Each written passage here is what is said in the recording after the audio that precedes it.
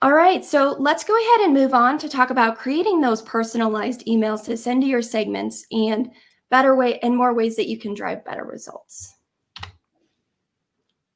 Now, to get the full benefit of segmentation, you really want to just make sure you're crafting the emails in a way that's going to capture their attention. Make them feel like the email is just for them and not that they're on a list of hundreds or maybe even thousands of people. We know that 80% of marketers personalize emails with profile data, and 64% create relevant emails by segmenting their lists. So, David, what advice do you have when it comes to really crafting these personalized emails? One thing to be aware of is making sure that you are not over personalizing, because that falls a little bit on the creepy side. So if I started putting, a dozen different fields about what I know about you, as a recipient, the recipient might feel a little, oh, that's a little too much information. So use your judgment in terms of how much you're using it. Certainly a first name, maybe you can mention a product or service that they bought, or something that is relevant to them. The subject line can be personalized. The beauty of this dynamic content is that you can not only include text where the personalization can appear, but I'll show you in the next slide also specific blocks and images to do that. Again, use your judgment in terms of what relevant fields make sense for that person so it does speak to them, but is not overly personalized, because it will almost come across as fake.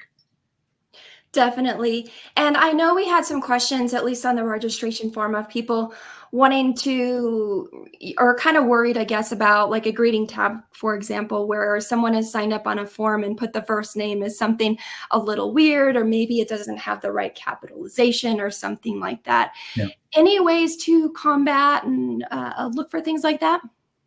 Yes. So one is, depending on the volume of emails or information that comes in, you might want to look at it on a regular basis and see that the capitalization is correct, for example, or something like that.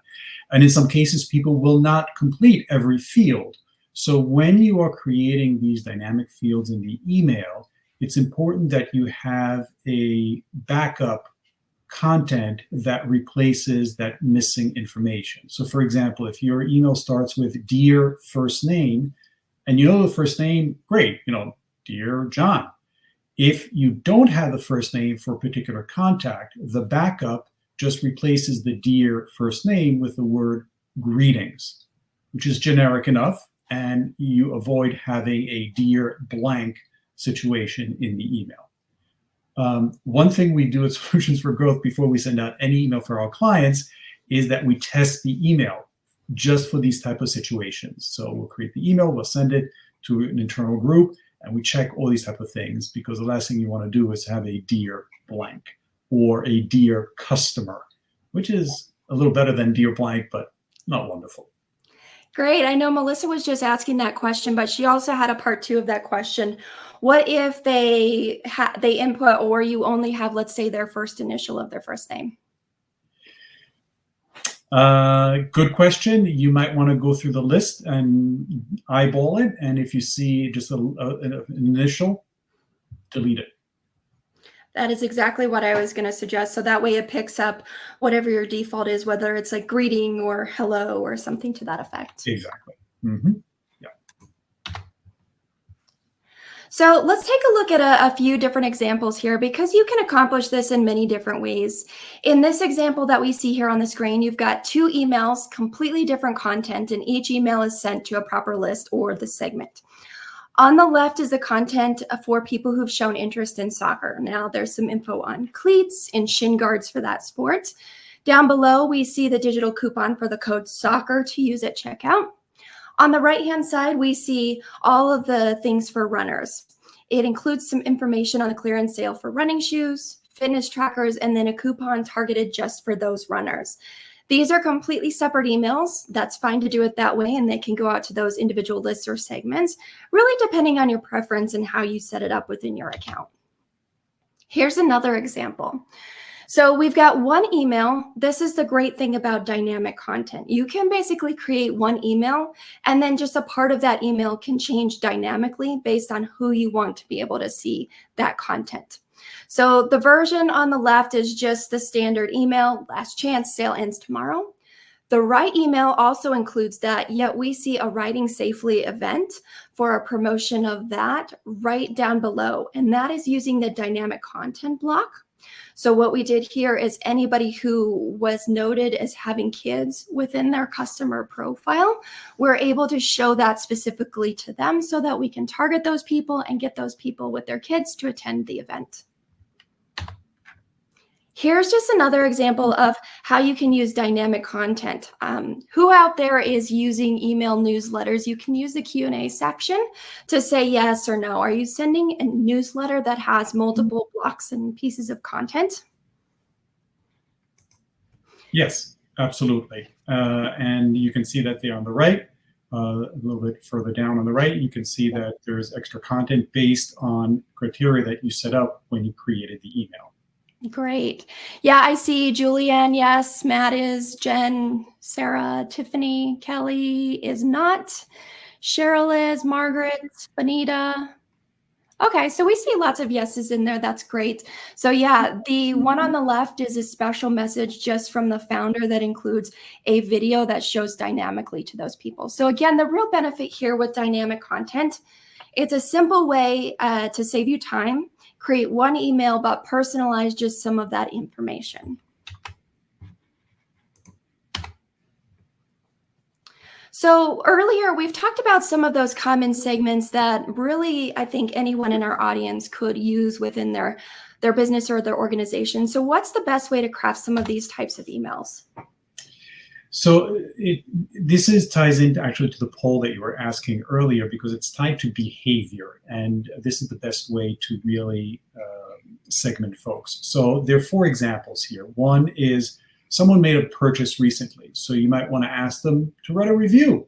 We hope you're pleased with it. Please click here to write a review either on our website or on Google or Yelp or something like that.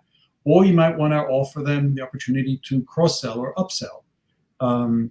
We see in our business that when clients have a program to cross-sell and upsell with their customers, almost always they end up creating additional revenue that wouldn't have happened without an email addressed to these people who made a recent purchase of their product or service.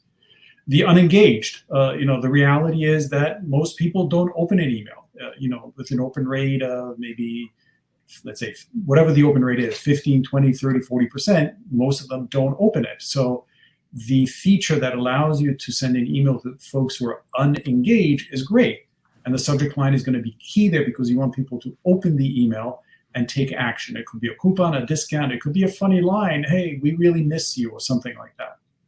The most engaged, those are the ones who are the biggest donors or are, buying more product from you. Do something special for them. So let's say you're a restaurant and you know that these people have come to your restaurant each month on a regular basis. Well, why don't you send them an email and say, thank you so much for being such a wonderful guest.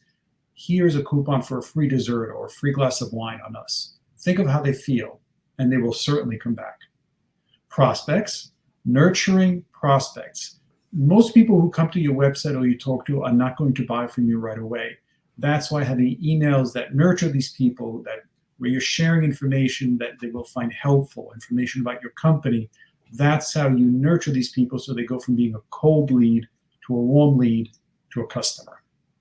And that example right there is really one of the main reasons you want to have a sign-up form listed on your website so you can start to build that trust with them, start to nurture them, let them get to know you, and then they can make that purchase with you. And like I said before, really any of these segments, they're pretty common and can be used across all different industries and types of businesses or organizations. I will mention we have, recent purchases there on the screen, but those of you in the nonprofit world can use that too. If someone has recently made a donation, ask for their review of your nonprofit so you can get out there a little bit more. And also, it says cross-sell, but think about cross-selling them too. Maybe other ways that they could get involved with your organization, like, spending some time volunteering with you. Yep, exactly.